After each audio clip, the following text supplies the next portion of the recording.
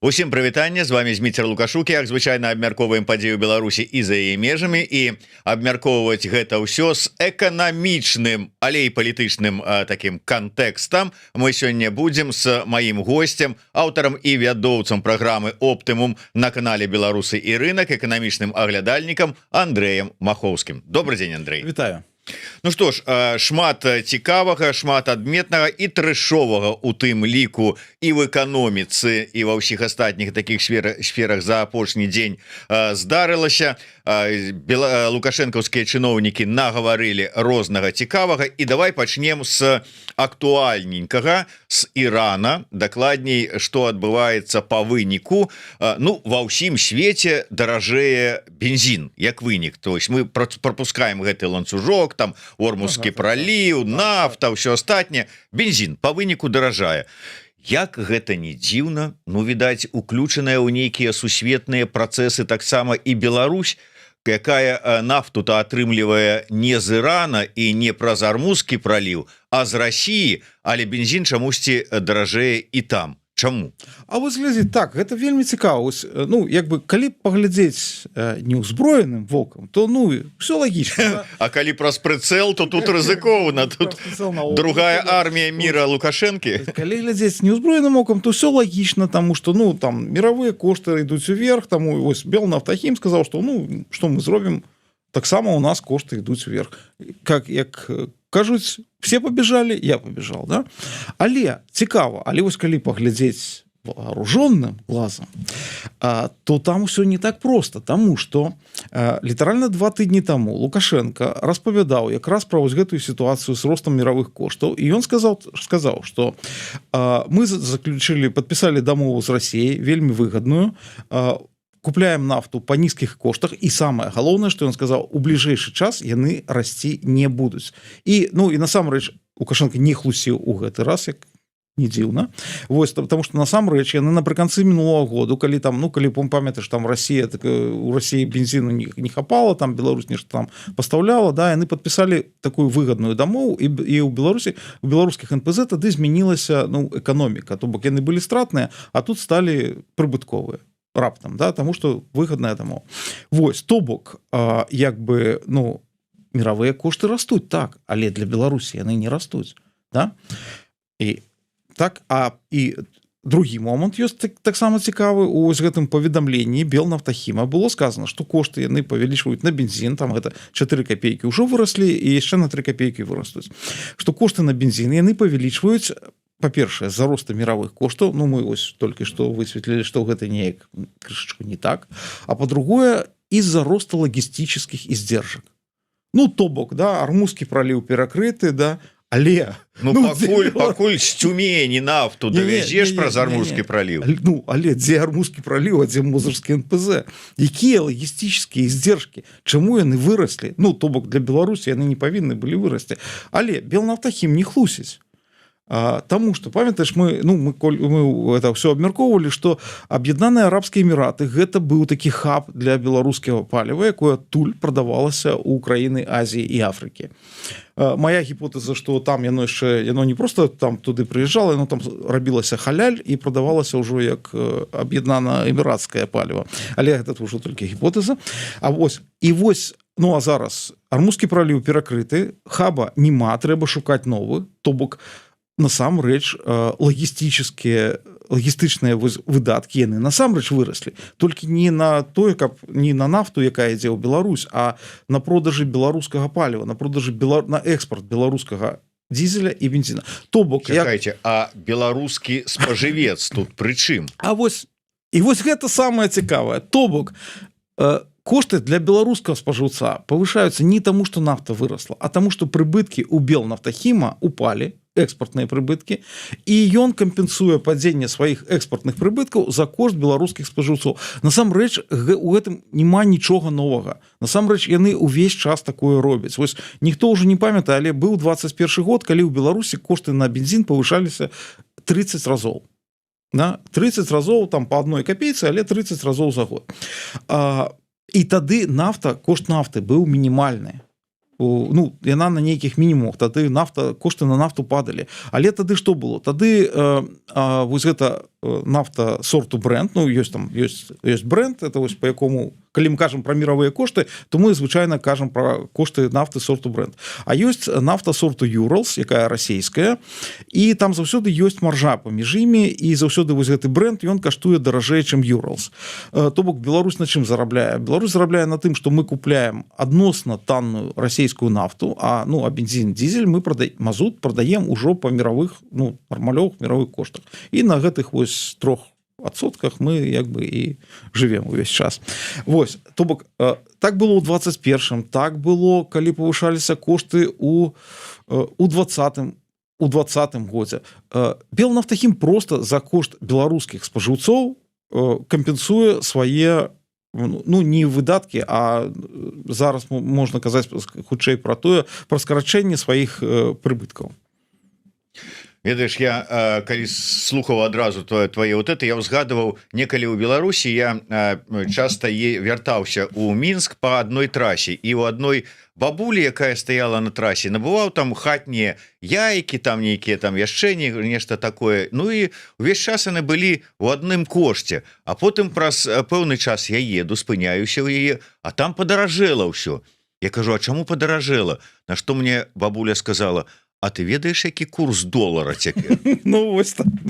Вось тое самае, вось гэта тлумачэнне, якое яны выдалі, калі яно як бы на першы погляд здаецца, все лагічна, так і павінна быць, але калі ты пачынаеш глядзець больш так прыстальна, то гэта просто тлумачэнне, гэта вось як то тлумачэнне той бабулькі, наколькі долар, наколькі вырасла мировые кошты на нафту, але для вас так нафта не падаражэла, для вас то ніякія выдаткі лагістычныя не выраслі. То бок, у сэнсе, я маю вас менавіта на нафту, у вас прыбыткі ўпалі, але гэта ж, гэта ваша праблема, гэта не праблема беларусаў.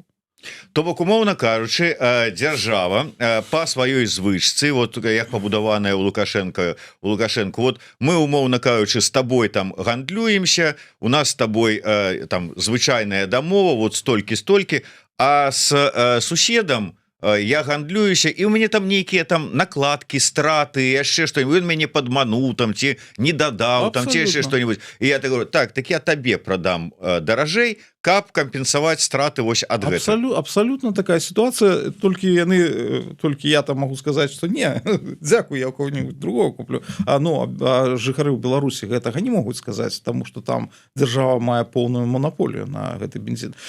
І вось гэты падыход беларускай дзяржавы, вось ён настолькі кардынальна адрозніваецца ад таго падыходу, які вось зараз дэманструе ўрад Польшы, бо не ведаю, ці ты ведаеш, але ў Польшы, нягледзячы на рост мировых коштаў на нафту, кошты на паліва, на бензин і дизель знізіліся.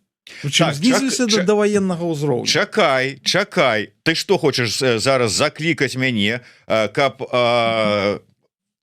не верыць таму, што кажуць беларускія чыноўнікі, а яны нам рассказываюць, што вот у нас падаражэла, і літр бензіну АІ-95 цяпер каштуе 2 рублі 64 копейкі, а ў Польшчы просто галопам растуць цэны, і зараз 95 бензін у нас таннейшы прыкладна ў 2,2 разы, чым у той же самой Польшчы. Глядзі, тут, значыцца, тут...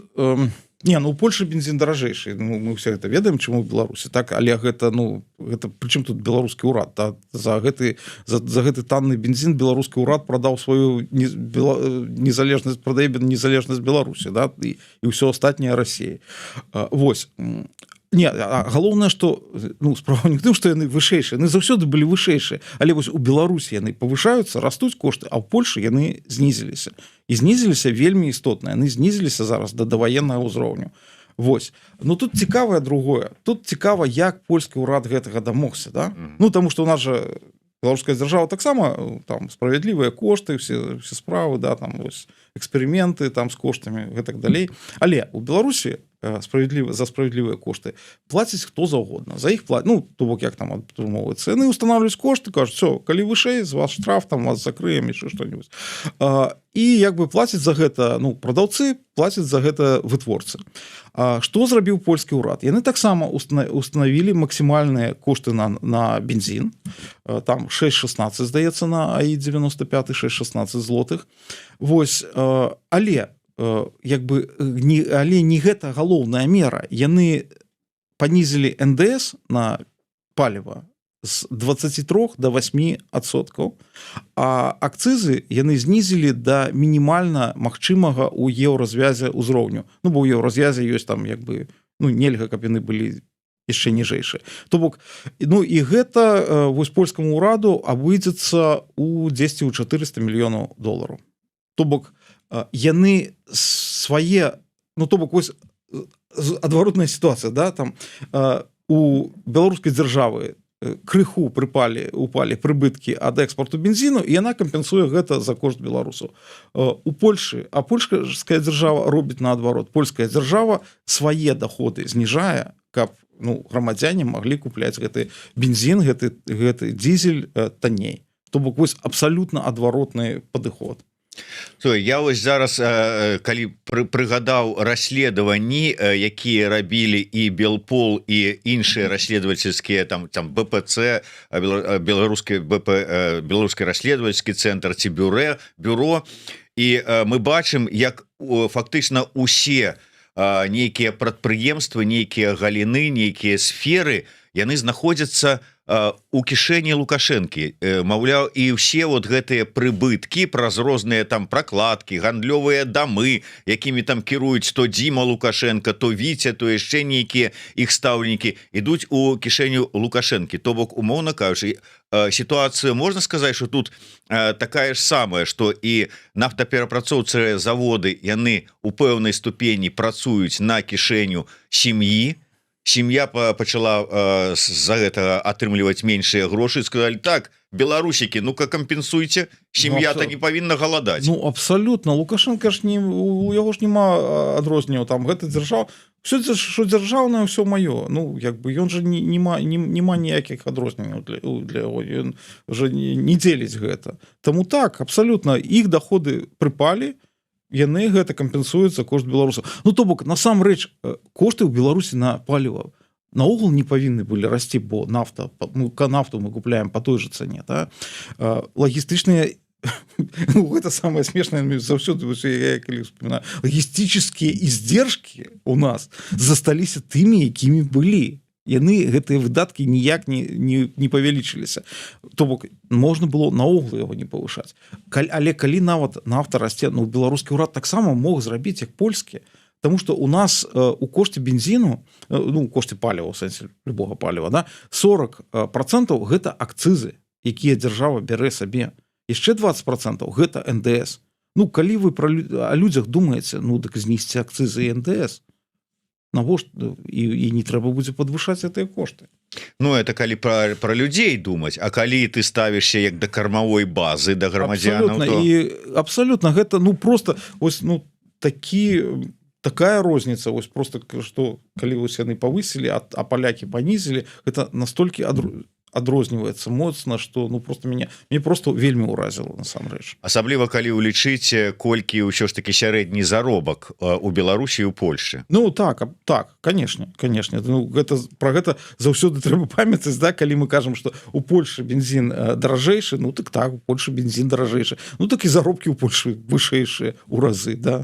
І таму атрымоўваецца, што ў Польшы бензін, калі пералічваць на заробкі, ён таннейшы, чым у Беларусі. Слухай, тут троху мы у палітыку дзесьці там, можа быць, скіруемся, але вот як ты думаеш, ну, тлумачаць прадстаўнікі ўрада, там Белнефтехіма, там ці хто яшчэ, што вот трэба павысіць кошты, таму што там лагістычныя там нейкія страты, там яшчэ нейкая фігня, і пачынаюць на Польшчу показывать, а вот там, а вот навошта ему это, ну, у стылі прапаганды і нейка тура са заронкам. Слухай, насамрэч, вось я як бы, ну, над гэтым таксама думаю, чаму менавіта да Польшчы яны так ставяцца, да, вось, ну, горш за ўсё ж да Польши, да, ось прапаганда Лукашенко там нават горш чым да Літвы, да, ну да Літвы гэта сітуатыўна, это зараз ось там такі канфлікт, а да Польши ж увесь час.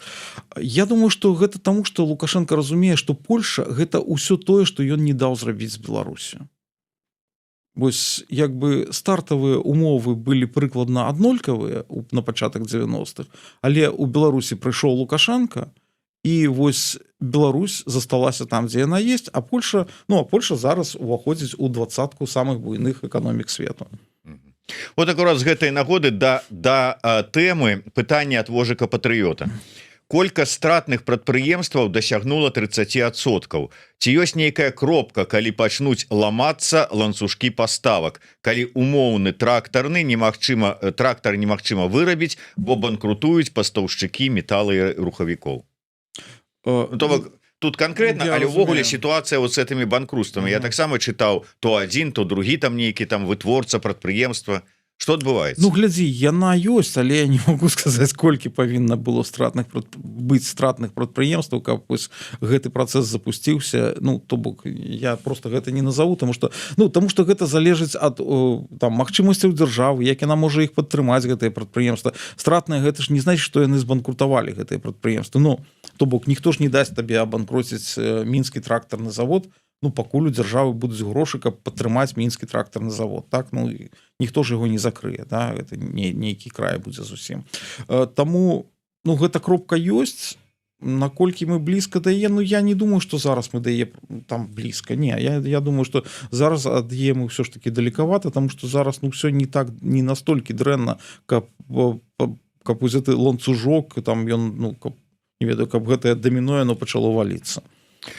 Давай да навіны, якую вось ты мне скінуў перад пачаткам эфіра, пра міжнародныя рэзервныя актывы Беларусі. Слухай, яшчэ колькі часу таму мы так вот глядзелі ЗВР Беларусі, там бах, там вырас там на столько мільярдаў, там, а тут вах, яшчэ раз на столько мільярдаў. І тут мы чытаем, што міжнародныя рэзервныя актывы Беларусі зменшыліся за сакавік на 1,1 мільярда, і на першага красавіка складаюць 15,2 мільярда.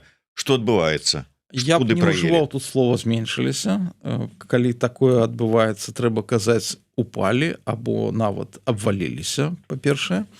Вось, но адбываецца тут просто. Это значит вот Национальный банк Беларуси, который дае гэтую навіну, не умее уже формуляваць, что там за эксперты застались. Не могу же сказаць, что абваліліся, но гэта было не палітычна. Адмоўнае падвышэнне. Адмоўнае падвышэнне рэзкае адбылося. Не, адбылося тут насамрэч яны тлумачаць, таму што ну золото потанело, так, вось, ну іх натуральны працэс, да, там у вас есть золото ў рэзервах, золото потанело. Тут цікава іншае. Тут цікава вось ведаеш у Беларусі, да, структура беларускіх ЗВРаў. Большую палову у ЗВРах беларускіх складае золото. І вось увесь час, калі усе гэтыя апошнія часы, калі ЗВР беларускія раслі, яны не раслі насамрэч, яны насамрэч даражэлі. Таму што даражэла золото. То бок там як было ў запасах 54 тоны, там і 3 гады таму было 54 тоны, і 5 гадоў таму было 54 тоны, і зараз было 54 тоны. Толькі у 23-м годзе гэтыя 54 тоны каштавалі 3 мільярда долараў, а на першае сакавіка яны каштавалі ўжо 9 мільярдаў. То бок увесь гэты большая частка гэтага росту гэта просто просто золото даражэла. Вось, а цікава тое, як ведаеш, як беларускія чыноўнікі яны любяць прыпісваць сабе заслугі за тое, што ад іх наогул не залежыць. Вось у маі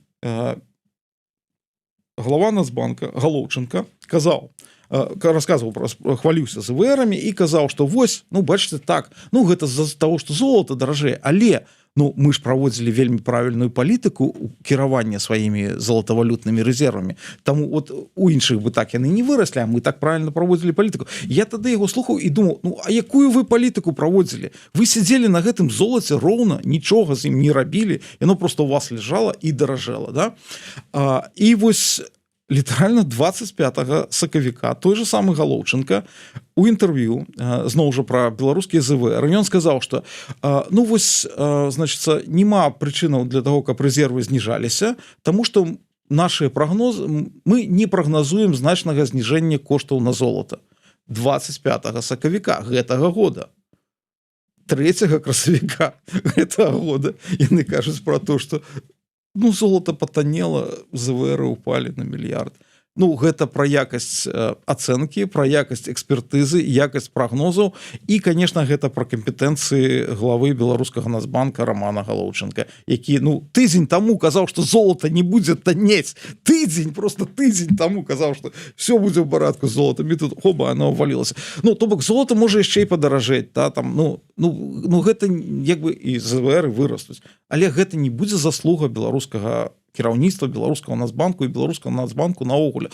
беларускі нацбанк тут просто сядзіць роўна і глядзіць што адбываецца ў свеце вось ну і з гэтым золотам вось гэтым яго тое што яно патанела гэта дарэчы яшчэ пытанне зноў жа пра тое наколькі гэта правільная палітыка калі у вас у рэзервах асноўную частку складае золото да тому что ну глядзі вось у нас там 15 мільярдаў у ЗВР зараз ну крышачку больш мы будзем лічыць 15 8 мільярдаў з іх гэта золото 1,4 мільярда гэта каштоўныя паперы МВФ і меней 6 мільярдаў гэта атрымоўваецца ну валюта да ну і вось мы бачым з золотам да у чым небяспека ну каштоўныя паперы МВФ гэта наогул нішто гэта тое на што можна любавацца тому что мы прадаць іх не можам за санкцыю да это просто 1,4 мільярда мы такія у нас есть да? можна полюбавацца можна сказать у нас яны ёсць скарыстацца імі не можам а цяпер про золото вось гэтыя 8 мільярдаў золота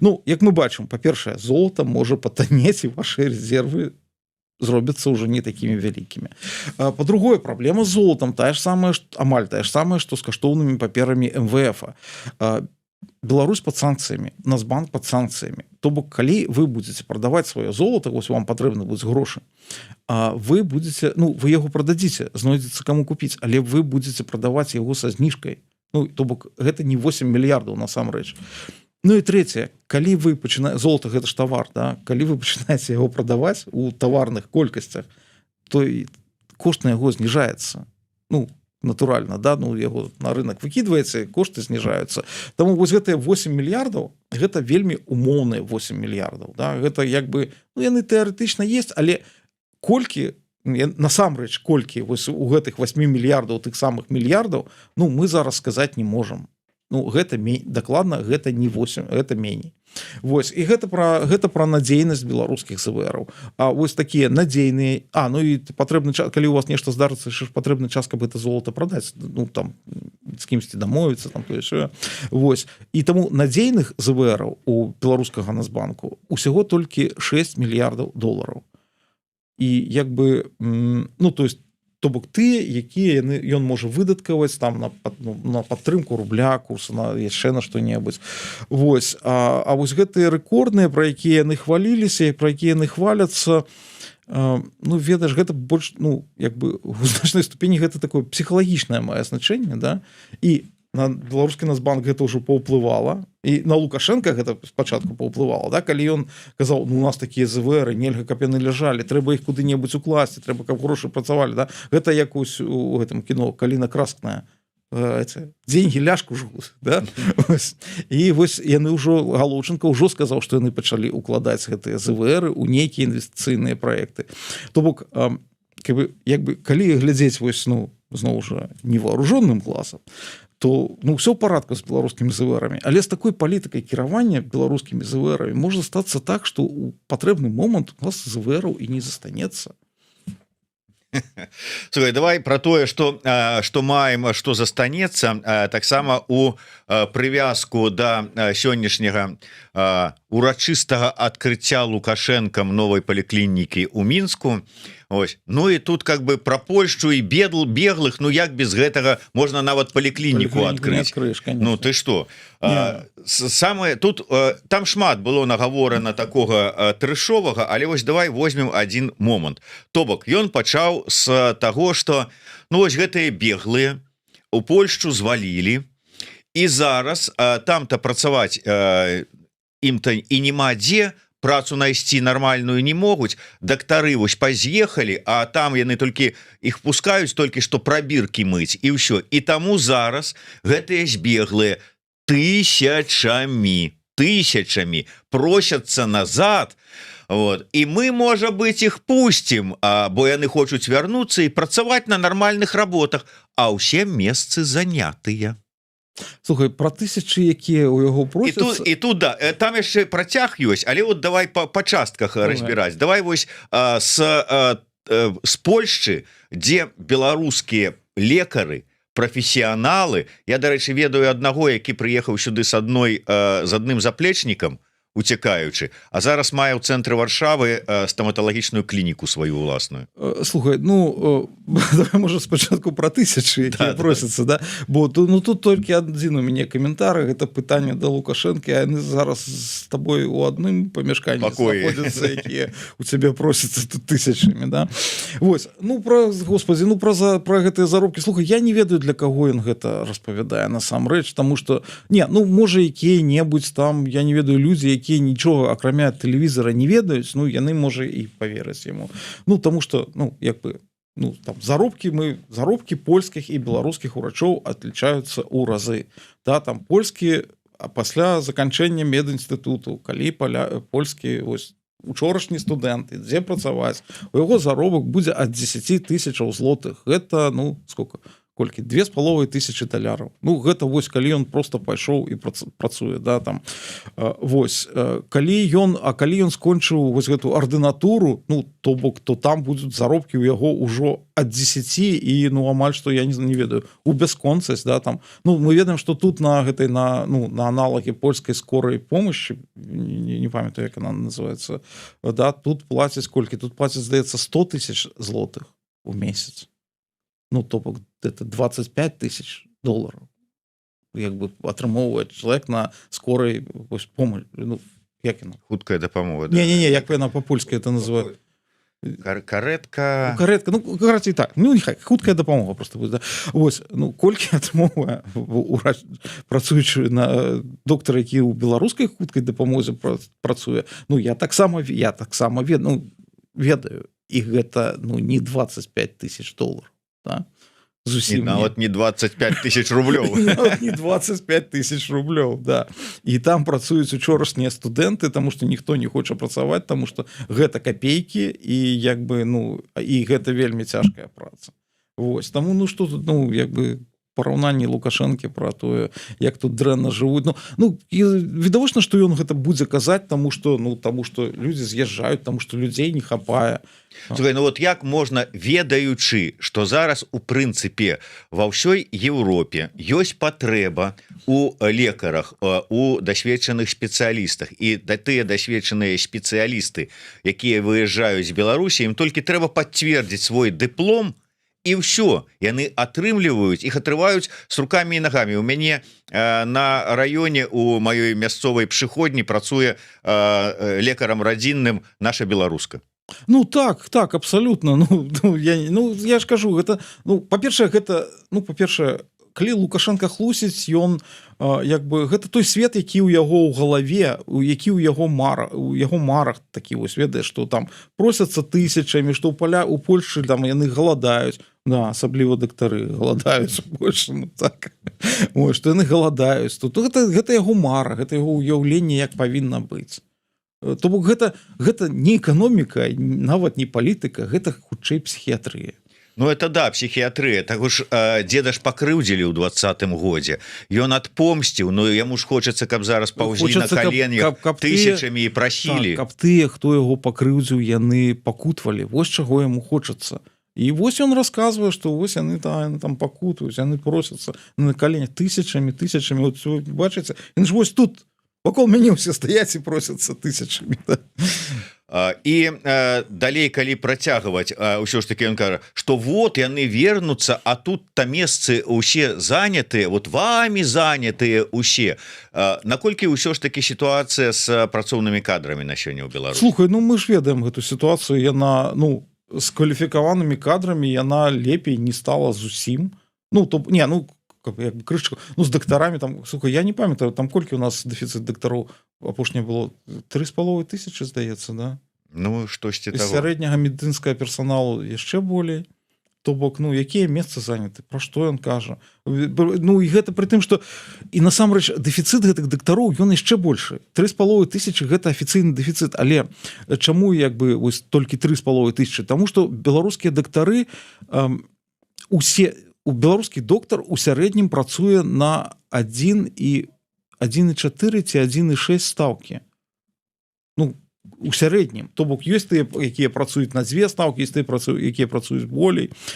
Ну але гэта ж ненармальна. Ну калі чалавек працуе увесь час на паўтара, калі один чалавек там, ну ты можаш взять сабе працу там, ну як бы хочаш зарабіць грошай, але ну калі у вас у сярэднім усе працуюць на 1,5 стаўкі, гэта ненармальна. Гэта значит, што у вас людзей не хапае. Это значит, што вось гэты дэфіцыт, вось колькі там у нас ёсць дактароў зараз, да, афіцыйна, ну трэба у 1,5 разы памножыць, і вось гэта 50%, гэта будзе недахоп дактароў у Беларусі. Вось, ну гэта як бы па-першае. Па-другое, там яны ж гэта дамагліся зноў жа былі ж, яны ж скарачаюць ну гэтыя працоўныя адзінкі, да, там, ну каб дэфіцыт выглядаў не такі, не быў такі заўважны, да, там дзе працавала 3 доктары, яны астаецца 2 доктары. Працу то яны выконваюць тую самую за 3, але ну як бы, але афіцыйна там трэба толькі 2. Таму ну дэфіцыт медыкаў рэальны, ён ну значна больше, чым там гэтыя 3,5 тысячи ў Беларусі. Давайте прекратим ныть и плакать, что у нас людей не хватает. Мне хочется, чтобы в Беларуси все было красиво и качественно. Людей у нас хватает. Надо выстроить систему так, чтобы те люди, которые есть, могли работать и зарабатывать и обслуживать население. Чакайте, так у нас людей хапае, ці трэба выбудаваць так, каб тыя, што ёсць, яны как-то вот змаглі патрэбам адпавядаць. Так я б сказаў бы, не, а у меня другое пытанне. Трэба выбудаваць, не пытанне. Але кому трэба? Ты кому гэта? Хто патрэб? Кому трэба яе выбудаваць? Хто павінен яе выбудаваць? Ты кому гэта кажа? Ён выступае, як быццам бы ён гэта не ён, а вось Міцер Лукашук, які крытыкуе там неправільную палітыку ўладаў. Ну дык ты ж гэтая ўлада, чаго ты крытыкуеш? Пайдзі і зрабі, выбудуй як трэба. Ну а ён вядзе сябе як, ну як я кажу, як некі, ну як некі такі апазіцыйны журналіст. Такі, ну чаму вы не выбудавалі тое, што трэба было? Вось вы дрэнна зрабілі. Там пра гэтых пра чыноўнікаў казаў, што у раёнах зашмат чыноўнікаў стала, што у савецкія часы было меней, там пра Шлоўскі, здаецца, раён казаў, да? Але хто гэтых чыноўнікаў парадзіў? Ну гэта ж ты кіраваў з гэтых савецкіх часоў. Ну, навошта ты зараз скардзішся? Ну як бы, не, ну слухай, ну паводзіны гэта не паводзіны кіраўніка дзяржавы, гэта паводзіны, ну вось не ведаю, ну мы с тобой, нам с тобой такое дазволена. Але калі б мы былі прэзідэнтамі, нам бы такое было б не дазволена.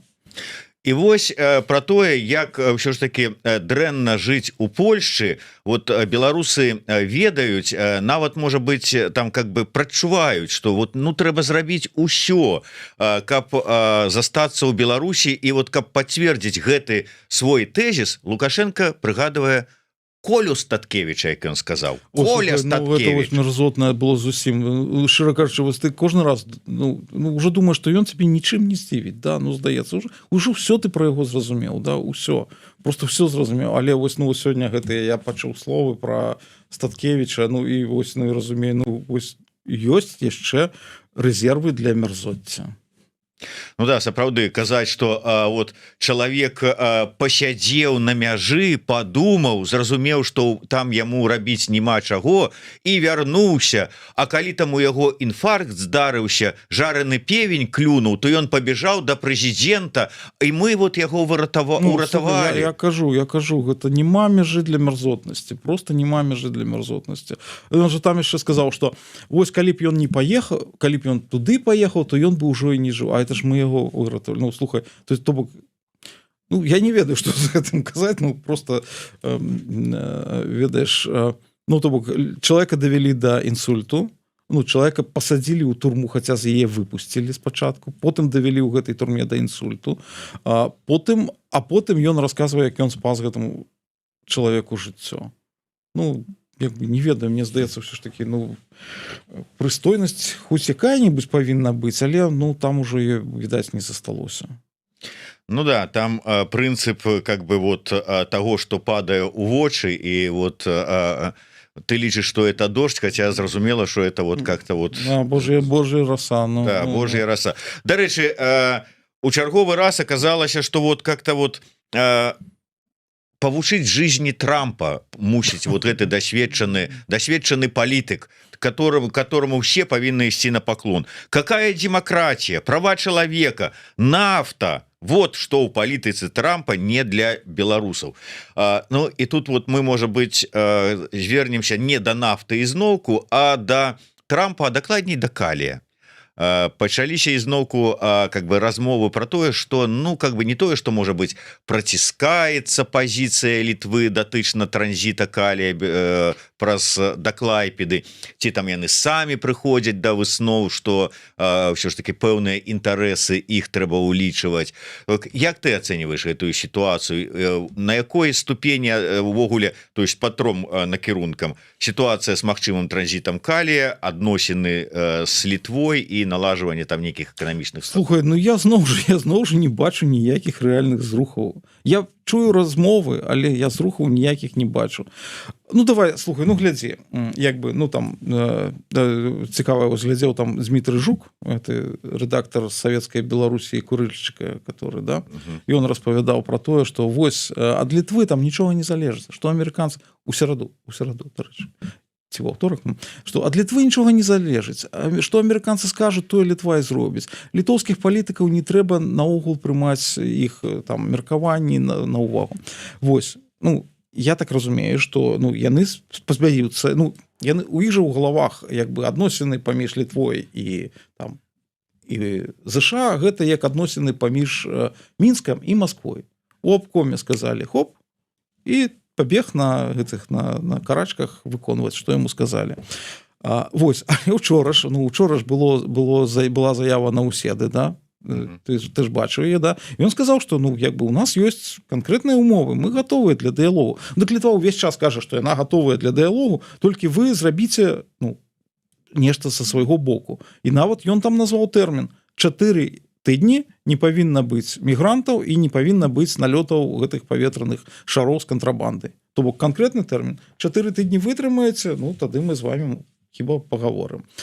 Але вось, ну ведаеш, я як бы ўвесь час лічыў, што ну гэта беларускія ўлады, ну свае гешэфты нейкія робяць там, ну ведаеш там на кантрабандзе, яшчэ на чым-то. Але зараз я вось схіляюся да таго, што ну маглі б яны ўжо, ну ім же гэта патрэбна, да, то маглі б яны ўжо ну узяць нейкі мараторый на ось, ну там не пазарабляць крыху на кантрабандзе, але яны па нейкай прычыне не могуць гэтага зрабіць. І я ось ёсць у мяне такое падазрэнне, што насамрэч ад беларускіх уладаў тут нічога не залежыць, ну ні пра кантрабанду, ні нават пра мігрантаў, бо інакш бы, ну мне здаецца, інакш бы яны ўсё ж таки спыніліся нейкім чынам. То ты подходишь до думкі, что в принципе гэта можа быть как бы і ну альбо не можа нічога ўрад зрабіць, альбо не яны ўвогуле не маюць дачынення. Я просто наўпрост гэта кажу, што гэтыя налёты паветраных шароў гэта тое, Ну і я так разумею, ну калі верыць Лукашенку, там што раней неяк казалася, это літоўцы самі запускаюць. Ну да, там розныя версіі, там шмат было версій, як са Статкевічем, ведаеш, да, там тоже са Статкевічем. Да, ён там Лукашенко ўзарваць хацеў, а Лукашенко яго ўратаваў. Не, гэтым разам, а да гэтага ж было, што там у Европу ехаць не хацеў, ну карацей там мянялся. Тут тое самае яго мяняецца, таму вось. Не, я мяркую, ну я пачынаю думаць, што ну гэта ўсё ж таки не ад беларускіх уладаў залежыць, што гэта залежыць ад маскоўскага абкома. Вось пытанне спынення гэтай кантрабанды і пытанне спынення мігрантаў, што ну насамрэч тое, што шмат хто казаў, што гэта варыянты гібридных атак Расіі на суседнія краіны, у першую чаргу на Літву. А вот гэтае ну атрымліваецца троху пацяпленне ў адносінах ад вызвалення, так ці адпушчэння з барскай рукі гэтых аўтамабіляў ці самых фур літоўскіх, яно наколькі яно не супярэчыць тады патрэбам Москвы. А фуры гэта быў чыста беларускі гешэфт. Ну то бок не, то есть срубілі пару мільёнчыкаў. Фуры асобна, а паветраныя шары асобна. Ну паветраныя шары гэта, ну і это, дарэчы, гэта ж зразумелыя гібридныя атакі, да, з паветранымі шарамі. А фуры не, фуры гэта ад самага пачатку быў чыста беларускі гешэфт. Ну то бок мы бярэм закладнікаў, як Лукашенко ўвесь час робіць, мы бярэм закладнікаў і альбо мы дамагаемся свайго, альбо мы атрымоўваем выкуп. Ну то бок хоць капеечку якую некую зарабіць. І ён же ж такі зарабіў, да? Ну там як бы важна, што не 120 еўра за машыну ў суткі, які ён спачатку казаў, а 40 толькі еўра за машыну ў суткі. Але ну гэта па-першае вышэй, але гэта вышэй стандартнай стаўкі ў Беларусі нават за стаянку вось гэтых машын. То бок ён садраў усё ж такі болей, а па-другое, ну слухай, ну там наогул пытанне, хто павінен плаціць. Ну то бок за што яны табе плацяць, за то, што ты ўзяў іх у закладнікі. Ну то бок по правілам, по справядлівасці беларускі бок павінен быў за гэта плаціць, да? Ну як бы кампенсацыю. Вось. Ну але не, фуры гэта асобна. Вось тое, што Лукашенко змог, Лукашенко зрабіў. З кантрабандай, ну раз ён не робіць, значыць ён не можа. Значыць яму ну не дазваляе маскоўскі абком гэта зрабіць. Нават перарваць гэтую ось нават мараторый нейкі увесці там на некалькі тыдняў, каб хаця б пачаць перамовы з Літвой. Слухай, давай на завяршэнне трошачку, можа быць, закранем, узгадаем дакладней візіт Лукашэнкі ў КНДР. КНДР.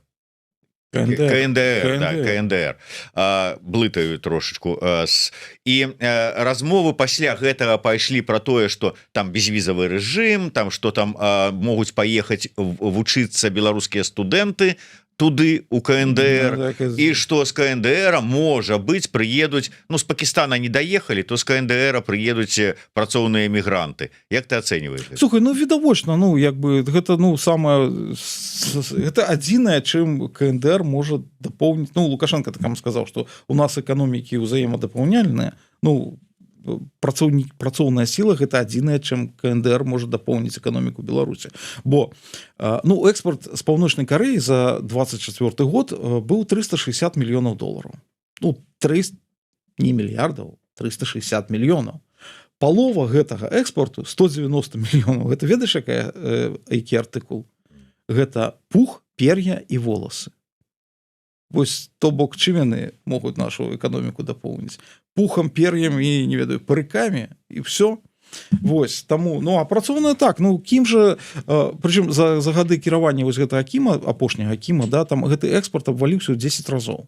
Калі ён прыходзіў, было 3,6 мільярды. Гэта таксама былі, ну, капейкі для такой, для вялікай, ну, для краіны 20 мільёнаў насельніцтва. Але вось абваліўся ў 10 разоў. Вось, але ён наладзіў менавіта вось гэты экспорт працоўнай сілы. Прычым, ну, гэта класічная, я не ведаю, ну, гэта класічная дзяржаўная работарговля. Бо яны прыязджаюць, яны жывуць там у нейкіх пад надзорам, наглядам сваіх, там, куратараў, да, мясцовых. Яны ходзяць там на працу, нікуды ў бок, ні шагу туды-сюды. Гэта ідэальна. З боку гледжання Лукашэнкі гэта наогул ідэальна. Да? Працавітыя, заўсёды маўчаць, праблемаў ніякіх. А што там з імі адбудзецца потым? Ну, гэта ж Лукашэнку, конечно, не хвалюе.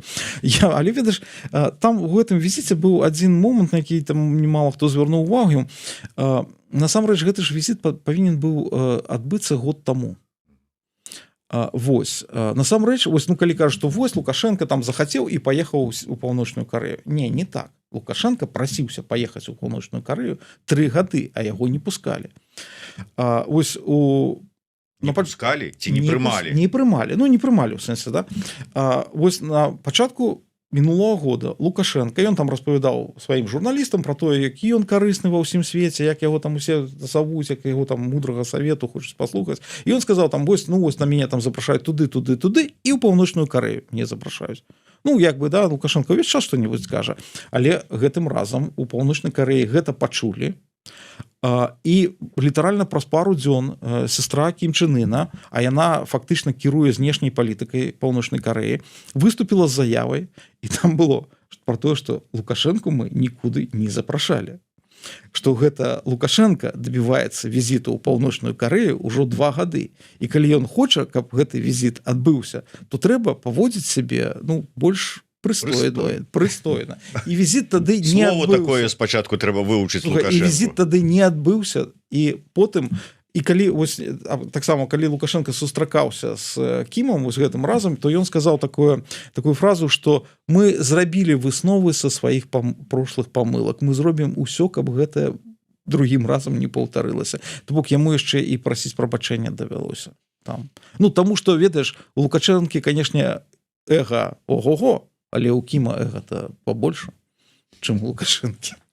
Дзякуй вялікі, на сёння развітваемся. Я нагадаю, што з намі ў сваім рэгулярным стрыме са студыі Еўрарады быў аўтар і вядоўца праграмы «Оптымум» на канале «Беларусы і рынак», эканамічны аглядальнік Андрэй Махоўскі. Дзякуй, Андрэй, да сустрэчы. Подписывайтеся на YouTube канал «Беларусы і рынак» і не забывайцеся пра YouTube канал Еўрарады. Ставце свае падабайкі, націскайце на званочак і расшэрвайце, калі для вас гэта бяспечна. Да сустрэчы. Жыве Беларусь. Жыве Беларусь. До сустрэчы.